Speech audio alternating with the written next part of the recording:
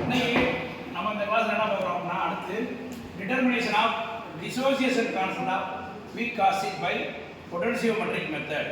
இப்போ dissociation constant அப்படின்னா என்ன அப்படிங்கிறத நம்ம என்ன செய்யணும், தியரிட்டிக்கலாக படிச்சிருப்போம் ஏற்கனவே லோயர் கிளாஸஸில்.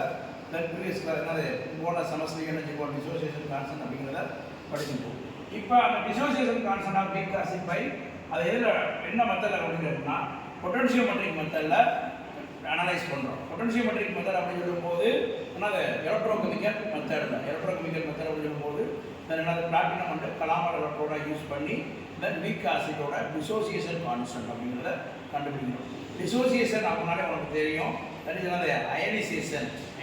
CH3 COOH அப்படிங்கிறதுல என்னது அந்த அசிட்டிக் ஆசிடை எடுத்து வாட்டரில் போடும்போது அது எப்படி அயனைஸ் ஆகும், CH3 COO மைனஸ் ஆகும், ப்ளஸ் என்னது H ப்ளஸ் ஆகும் பிரியும். ஆனால் டிசோசியேஷன் கான்ஸ்டன்ட் அப்படின்னு சொல்லும்போது வீக் ஆசிட் வந்து என்னது ரொம்ப ரொம்ப குறைவு. இதே என்னது ஸ்ட்ராங் ஆசிட் அப்படின்னு சொல்லும்போது HCl, இதே என்னது ஸ்ட்ராங் சால்ட் அப்படின்னு சொல்லும்போது NaCl அப்படிலாம் பார்த்தோம்னா வாட்டரில் போட்டோம்னா என்ன செய்யும், உடனே என்ன செய்யும், பிரிய ஆரம்பிச்சிடும். அப்போ இதில் பார்த்தோம்னா இந்த பிரின்சிபல் அப்படி பார்க்கும்போது இதில் என்ன எலக்ட்ரோடு யூஸ் பண்ணுறோம் அப்படின்னா குயின் ஹைட்ரோடு எலக்ட்ரோடு அப்படிங்கிறத யூஸ் பண்ணுறோம். குயின் ஹைட்ரோடு அப்படின்னு சொல்லும்போது இப்போ 2 பீக்கர் இருக்குது, சரியா, 2 பீக்கர் இருக்குது. இந்த பீக்கர் வந்து நம்ம என்ன வச்சுருக்கோம்னா saturated KNO3 potassium nitrate solution. இப்போ இந்த பீக்கர் வந்து என்ன வச்சுருக்கோம், நம்ம சாச்சுரேட்டட் KNO3 வச்சுருக்கோம். இதில் வந்து என்ன வச்சுருக்கோம் அப்படின்னா நம்ம வீக் ஆசிட் இல்லை, வீக் ஆசிட் வந்து எவ்வளோ ப்ரிப்பேர் பண்ணுறோம்னா 0.2 நார்மல் ப்ரிப்பேர் பண்ணி அதை வந்து என்ன செய்கிறோம் 10 ml ப்ரிப்பேர் பண்ணிவிட்டு அதை வந்து என்ன செய்கிறோம் 100 ml மேக்கப் பண்ணோம். 100 ml மேக்கப் பண்ணோம்னா இப்போ 0.02 நார்மல் ஆயிரும். இந்த சொல்யூஷன் வந்து என்ன செய்கிறோம் 20 ml ப்ரிப்பேர் பண்ணி இந்த பீக்கரில் விட்டுரும், சரியா. 20 ml இது வந்து என்னது வீக் ஆசிட். அப்போ இந்த பீக்கர் வந்து நம்ம எதை ஃபிட் பண்ணுறோம்னா பிளாட்டினம் எலக்ட்ரோடு, அதாவது என்னது இன்னர் எலக்ட்ரோடு அப்படின்னு சொல்லக்கூடிய இந்த பிளாட்டினம் எலக்ட்ரோட இதில் ஃபிட் பண்ணுறோம். இதில் சாச்சுரேட்டட் கலாமல் எலக்ட்ரோட இதில் என்ன செய்கிறோம் ஃபிட் பண்ணுறோம். ஃபிட் பண்ணி இதுக்கு ரெண்டுக்கும் என்ன செய்கிறோம் சால்ட் பிரிச்சு போடுறோம், சரியா. சால்ட் பிரிச்சு போட்டு இதில் வந்து குயின் ஹைட்ரோன் அப்படிங்கிற சால்ட் இருக்குது. குயின் ஹைட்ரோன் அப்படின்னு சொல்லும்போது என்னன்னா கிரீன் கலரில் என்ன செய்யும் அப்படியே ஃப்ளூரசன்ஸ் சால்ட் அப்படின்னு சொல்லுவோம். அது வந்து என்ன செய்வோம் சாச்சுரேட்டடாக சஃபிஷியன்ட் அமௌண்ட் போட்டிருக்கோம், சரியா. சஃபிஷியன்ட் அமௌண்ட் சொல்லும்போது ஒரு சாச்சுரேட்டட் சொல்லுச்சுன்னா வீட் ஹைட்ரோன் போடும். இதெல்லாம் செய்வோம் போட்டு தென் இதில் வந்து எதை ஆட் பண்ணுவோம் அப்படின்னா 0.05 நார்மல் ப்ரிப்பேர் பண்ணி வச்சுருக்க சோடியம் ஹைட்ராக்சைடு சொல்யூஷனை என்ன செய்வோம் இந்த பீக்கரில் 1 ட்ராப் என்ன செய்வோம் ஆட் பண்ணி நம்ம இதில் என்ன செய்கிறோம் பொட்டன்சியோமெட்ரிக் மெத்தடில் EMF வேல்யூ வந்து என்ன செய்கிறோம் மெஷர் பண்ணுறோம், சரியா. அப்படி இருக்கும்போது என்ன செய்யறது, என்ன கால்குலேட் பண்ணுறோம் அப்படின்னா டிசோசியேஷன் வேல்யூ PKA வேல்யூ வந்து செய்வோம் கண்டுபிடிப்போம். இப்போ இதில் பார்த்தோம்னா ரிவர்சிபிள் ரியாக்ஷன் அப்படின்னு சொல்லுவோம். இது வந்து என்னன்னா குயினோன் வந்து நம்ம அசிட்டிக் ஆசிட் ஆட் பண்ணோம்னா அது அசிட்டிக் ஆசிடோட ரியாக்ட் ஆகும்போது நமக்கு என்ன கிடைக்குது ஹைட்ரோகுயினோனா மாறும், சரியா.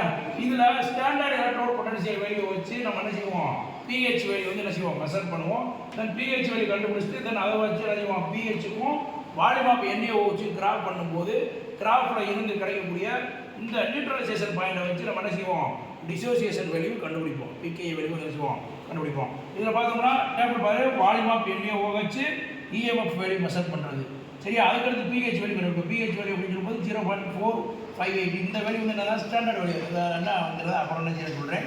தென் என்னது -EM டிவைட் பை 0.06 போட்டு இதுக்கு கிராஃப் போடும்போது இந்த மாதிரி என்ன செய்யும் மாடல் கிராஃப் வரும். இந்த மாடல் கிராஃப் வச்சு இந்த கிராஃப்ல இருந்து நம்ம என்ன செய்வோம் நியூட்ரலைசேஷன் பாயிண்ட் டிசோசியேஷன் வேல்யூ என்ன செய்வோம் கண்டுபிடிப்போம். இப்போ 4ல் 1 மடங்கு ஃபஸ்ட்டு, அடுத்து 3ல் 1 மடங்கு, அடுத்து 2ல் 1 மடங்கு, அடுத்து 1ல் 1 மடங்கு நியூட்ரலைசேஷன் பாயிண்ட் அப்படின்னு சொல்லும்போது எந்த இடத்துல வந்து என்ன செய்யுது நியூட்ரலைஸ் ஆகுது அப்படிங்கிறத என்ன செய்வோம் டிசோசியேஷன் ஆகுது அப்படிங்கிறத கண்டுபிடிப்போம். ஓகே, இதில் நம்ம முக்கியமாக யூஸ் பண்ணக்கூடிய ஒரு ஈக்குவேஷன் என்ன பண்ணால் ஹெண்டர்சன் ஈக்குவேஷன் அப்படின்னு பார்ப்போம். ஹெண்டர்சன் ஈக்குவேஷன் சொல்லும்போது pH PKA + log salt by acid, சரியா. ஆசிட் அப்படின்னு சொல்லும்போது இந்த இடத்துல நம்ம என்ன செய்யறோம் வீக் ஆசிட், சால்ட் அப்படின்னு சொல்லும்போது சோடியம் ஹைட்ராக்சைடு. அப்போ சோடியம் ஹைட்ராக்சைடு NaCl வந்து அசிட்டிக் ஆசிடோட பாகம் ஆகும்போது என்ன கிடைக்குது அந்த எவ்வளோ தூரத்துக்கு அந்த நியூட்ரலைசேஷன் நடக்குது அப்படிங்கிறத இந்த ஹெண்டர்சன் ஈக்குவேஷன் வச்சு நம்ம சொல்லுவோம் அனலைஸ் பண்ணுவோம், டிட்டர்மின் பண்ணுவோம். ஓகே, இதில் dissociation constant of weak acid by potentiometric method அப்படின்றத பார்க்குறோம். அப்போ டிசோசியேஷன் கான்ஸ்டன்ட் அப்படிங்கிறதுக்கு விகாசிக்கு வந்து ஃபஸ்ட்டு வந்து என்ன செஞ்சோம், 0.2 நார்மல் அசிட்டிக் ஆசிட் ப்ரிப்பேர் பண்ணுறோம். அதுலேருந்து 10 நம்பர் ப்ரிப்பேர் பண்ணி இன்னொரு 100 நம்பர் எக்ஸாம்பிளை மேக்கப் பண்ணிட்டோம். அப்போ 0.02 நாட்டுக்கு கன்வெர்ட் பண்ணிட்டோம். 0.02 இது 0.02 நார்மலுக்கு அசிட்டிக் ஆசிட் கன்வெர்ட் பண்ணிட்டோம். அதில் இருந்து 20 ml ஒரு பீக்கர்லையும் இன்னொரு பீக்கர் வந்து என்னது சாச்சுரேட்டட் கலாமல் இது சாச்சுரேட்டட் K130 சொல்யூஷன் ப்ரிப்பேர் பண்ணி வச்சுருக்கோம். இப்போ இந்த பீக்கரில் வந்து என்ன பண்ணுறோம் அப்படின்னா சாச்சுரேட்டட் K130 சொல்யூஷனில் கலாமல் எலக்ட்ரோட பிக் பண்ணி வச்சுருறோம். நம்ம ப்ரிப்பேர் பண்ணி வச்சுருக்க 0.02 நார்மல் அசிட்டிக் ஆசிட் சொல்யூஷனில் என்னது இப்போ இன்ட்ரடியூஸ் இது இன்னர் எலக்ட்ரோட் அப்படின்றக்கூடிய பிளாட்டினம் எலக்ட்ரோட பிக் பண்ணி வச்சுருக்கோம். இப்போ இதில் வந்து குயின் எலக்ட்ரோன் அப்படிங்கிற இந்த சால்ட்டை வந்து என்ன செய்யணும், சாச்சுரேட்டடாக போட போகிறோம். குயின் எலக்ட்ரோன் அப்படின்ற போது என்னது சைனிங்காக இருக்கும். தென் சஃபிஷியன்ட் அமௌண்ட்டாக குயின் எலக்ட்ரோன் யூஸ் பண்ணி இந்த எலக்ட்ரோன் என்ன செய்யணும், குயின் எலக்ட்ரோட கன்வெர்ட் பண்ணுறோம்.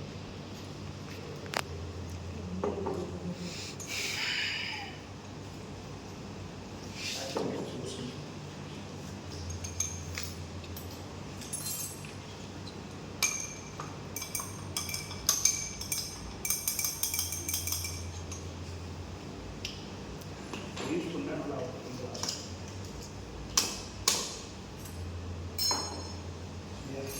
போட்டு இப்போ இதில் 20 ml 0.02 அசிட்டிக் ஆசிட்டும் குயின் எலக்ட்ரோனும் போட்டு இந்த எலக்ட்ரோனில் வித்தவுட் சொல்யூஷனோட ரீடிங் பார்க்க போகிறோம். அதனால பொட்டன்ஷியல் வந்து பார்க்க போகிறோம்.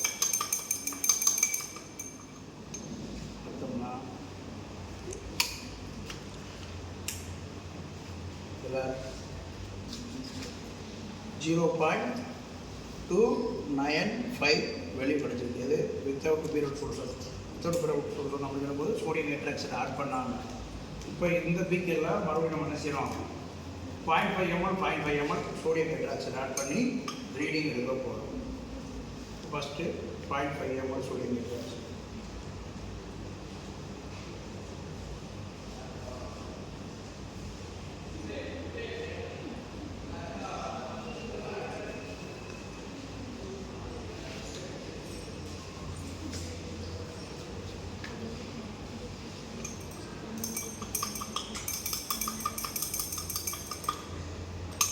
சால்ட்டு கொஞ்சம் ட்ரை ஆகாமல் அப்பப்போ சாச்சுரேட்டட் கார்சினேட்டட் சொல்யூஷனை இந்த சால்ட்டு கொஞ்சம் மேலே கிளிக் பண்ணிக்கிட்டே இருக்கணும்.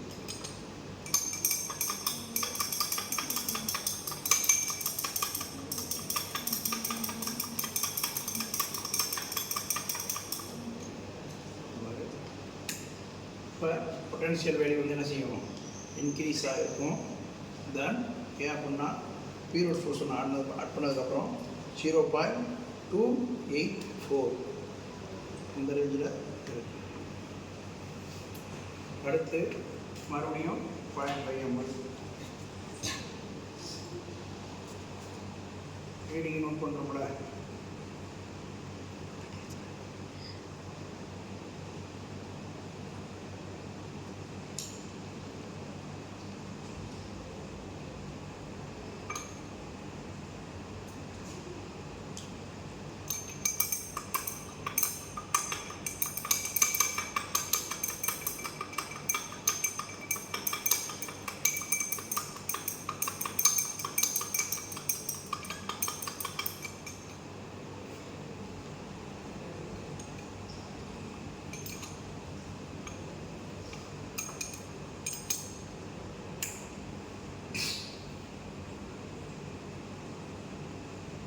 அடுத்து 2.65 இதில் பொட்டன்ஷியல் வேல்யூ டிக்ரீஸ் ஆகிட்டே வரும்னு நினைக்கிறேன்.